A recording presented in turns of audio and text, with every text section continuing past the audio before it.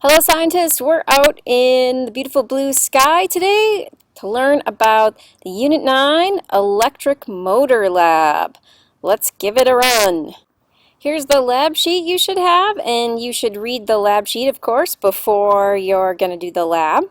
Let's look at the first question down here. Here's the link to the lab, but I'll also show you how to get there in just a minute. Write the if, then, because hypothesis, where the if states what you did, the then states your guess, and the because says why. The hypothesis should say what quantity of batteries creates the most RPM. So there's two hypotheses. The first one, we're going to write about batteries. If we increase the number of batteries in this lab, then the coil, I think, is going to spin faster because there is more current. And I'll explain how we get more current with more batteries in just a moment when we go to the lab. So you can go to Unit 9, go to the 9.2.02 lab, electric motor, click into the fifth slide down here. Notice how this says 5 of 7, and then click Electric Motor Virtual Lab, or you can just use the link on your lab sheet. I've already gone through the tutorial here, and I'm starting to set up the lab.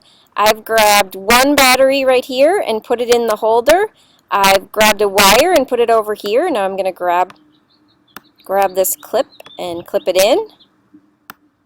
I'm making a complete circuit here by hooking up the wires here. I want to connect the wires to my coil here. We'll connect the coil in a second. We'll try this one first. Then we're going to grab a loop, a coil here. We're going to put it right there, and that's going to make a complete circuit.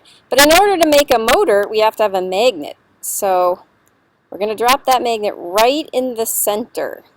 It's a little tricky there. And now, if we give the motor a spin,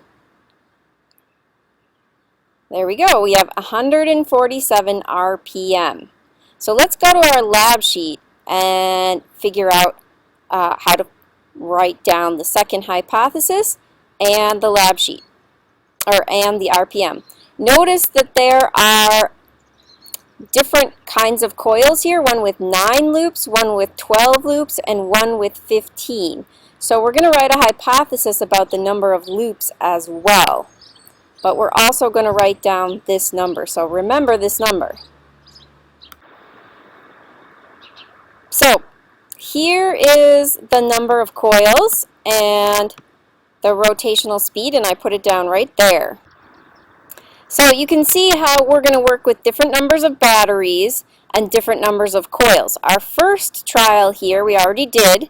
We used the 9 coil loop and 1 battery, and we found the rotational speed was 143 RPM, which is rotations per minute. We don't actually need that extra S here because rotations is already plural. So let's write a second hypothesis about the quantity of coils. That's if we increase the number of coils here, what's going to happen? Now, students in my class Connect helped me write this hypothesis. They said if we increase the number of coils, the motor will spin. They didn't know whether it was going to spin faster or slower, so I let them choose, and I'm going to let you choose as well, because the coils just change the amount of power and not the speed. We'll see if that's a correct hypothesis or not as we go through this lab, because our data doesn't always support our hypothesis, and it's okay if it doesn't. If you make an incorrect hypothesis, that's okay.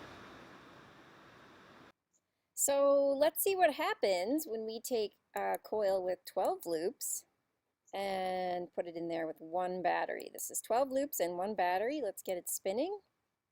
And we see that it's about 185 RPM. So let's go, make sure you write that down in your lab sheet where it says 1 battery and 12 loops. 1 battery, 12 loops, 187 RPM. If we stop this one and we go up to 15 loops with one battery, we see that we get 238. So make sure you write those down on your sheet. So now I'm going to add another battery, and we're going to see how that works.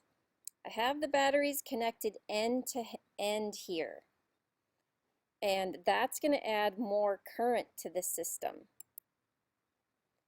And if you add more current, look at what happens. This is 9 loops. This is the coil with 9 loops and 2 batteries. That's 332 RPM. So with 9 loops and 2 batteries, remember we had 332 RPM, so we're writing this down here in the number of batteries equals 2, and we're going to do all of these coils, different numbers of coils. I'm going to take you to the How Stuff Works site for just a moment, and I'll put this underneath in the description of the YouTube as well. And we're going to look at the battery arrangement we have. You can see here that our batteries are connected in series because they're connected end to end. You can also connect batteries in parallel, but we connected our batteries in series.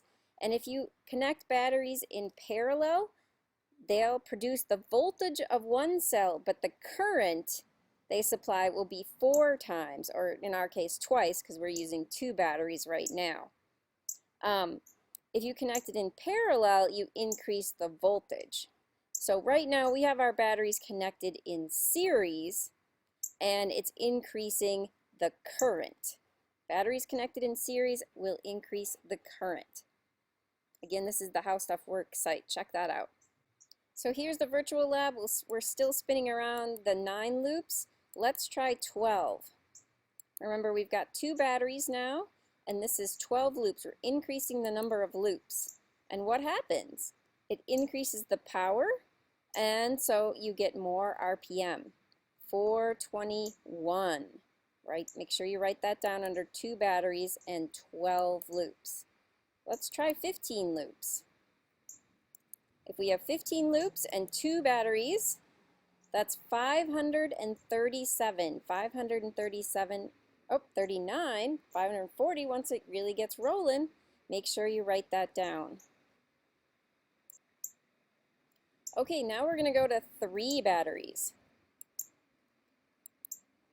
Remember, we're connecting these in series, which gives us more current. More current might give us, let's see, is it going to mean more RPM? So 3 batteries with 9 loops, check your chart, 3 batteries, 9 loops is 499 RPM. 3 batteries and 12 loops is 633 RPM. And 3 batteries with 15 loops is 813 RPM. So now that you have carefully written down all the data that we collected in your lab notes, you can turn all of the data that you collected in this table into a graph.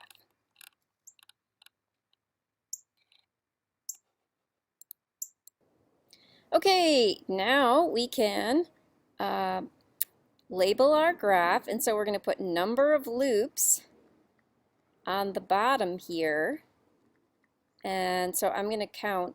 There are 1, 2, 3, 4, 5 big squares, and we go up to 15 loops, so I'm going to count by, let's see if counting by threes works. 3, 6, 9, 12, 15, and 18 would be right here. So let's count by threes. 0, 3, 6, 9, 12, 15, 18. All right, over here we need to write the RPM. So I'm going to write RPM sideways here because that's the other variable we measured. And we have 1, 2, 3, for 5 big groups. And our RPM, we have to predict to go over 800. So for this 18, because we're going to draw a line of best fit out to 18 loops. So it'll be easy if we've got 5 big blocks to just go by 200. So that'd be 200, 400, 600, 800, 1,000. So let's just go by RPM. 600, 800, and 1,000.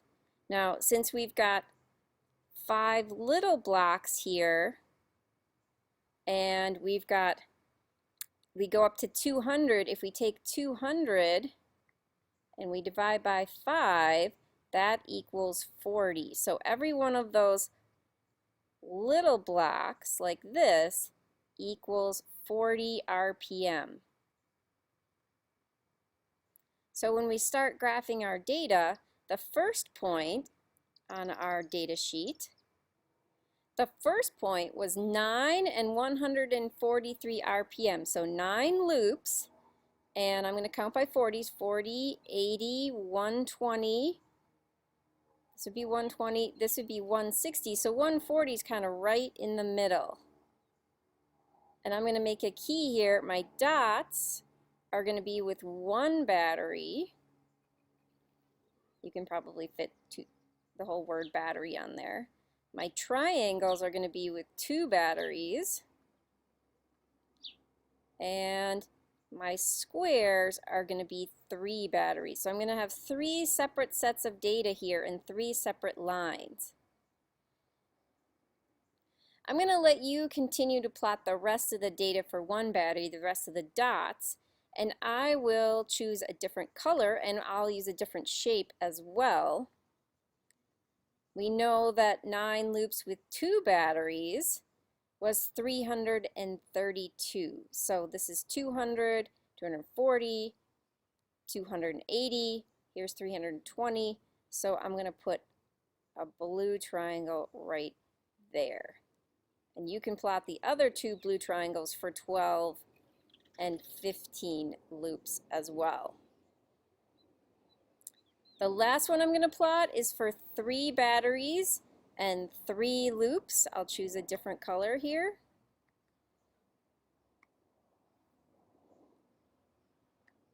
So 3 batteries and 15 loops was 832. So that's going to be right about here. And I'll let you plot the rest of the points. And remember to put in a best fit line for 3 batteries. And remember to draw that best fit line out to this axis here so you can predict. So right around in here is about how many RPM if you had 3 batteries and 18 loops. So you want to use your graph to predict with the best fit line 3 batteries and 18 loops. So back to our lab sheet. We just graphed this data. You've filled this data all out. You've graphed your data. And now we want to say use your data to see if your quantity of coils hypothesis was supported. So talk about quantity of coils and make sure that you also talk about your batteries hypothesis. This got a little cut off too. So use your data to talk about your batteries hypothesis and your quantity of coils hypothesis. I think that the more coils we added, the faster it went. So was our hypothesis here that the motor will spin faster or slower? Was that supported? The coils change the amount of power. They do change the speed. So you decide if that hypothesis was supported or not. So for the bonus Easter egg question on this lab, this is a radiometer. This is the box.